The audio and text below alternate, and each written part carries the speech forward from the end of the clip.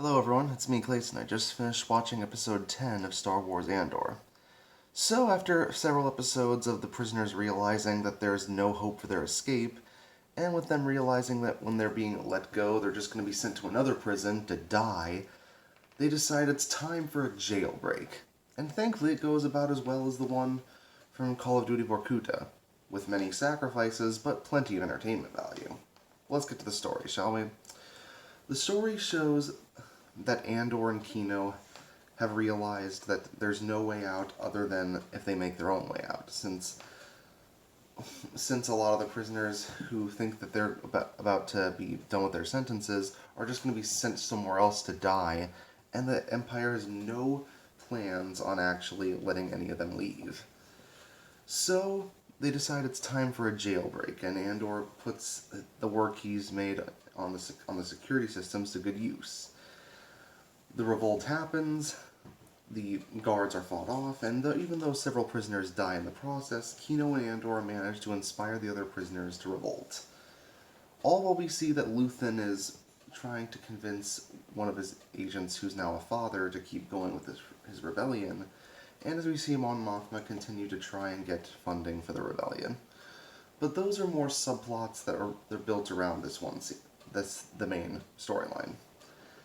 So yeah, I really do appreciate the fact that the prison break doesn't go off completely swimmingly. Several prisoners do end up dying in the process, and even though we don't know a ton of prisoners in this storyline, we know enough of them to get to know them decently. They're humanized enough to the point where I did feel sorry for a lot of them that the guards were gunning down. And it's immediately satisfying to see Kino and Andor finally take control of the facility and to shut down the floors for a good long while. And they said everything's hydro-powered, so it's going to take a very long time for them to get the facility back up and running, which is definitely good for our heroes, considering that a prison like that should definitely not exist.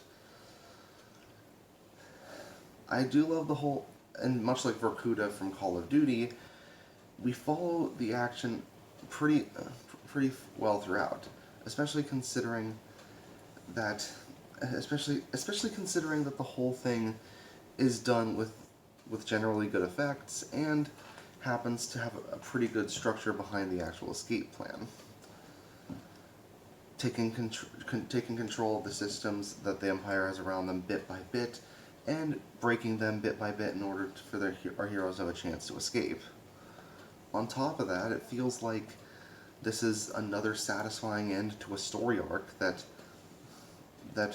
had proper time and build up for it, and properly gave us time to care about the situation, to get us to feel tension for the situation, and for Andor to ultimately come in at the end to help out these people who desperately needed help from the Empire. So with only 2 episodes left, I have to wonder, what exactly do they plan to do to end the season? Since I know the second season is when the series is going to end, but at this point, I do wonder if they have a plan for the last 2 episodes at this point. They probably do, but when it comes to most of the story arcs that have 3 or sometimes 4 episodes put into them before they're brought to a conclusion, I'm wondering what they have planned for an arc that has 2 episodes to cap off the season. But we'll see that when we see that. See you later.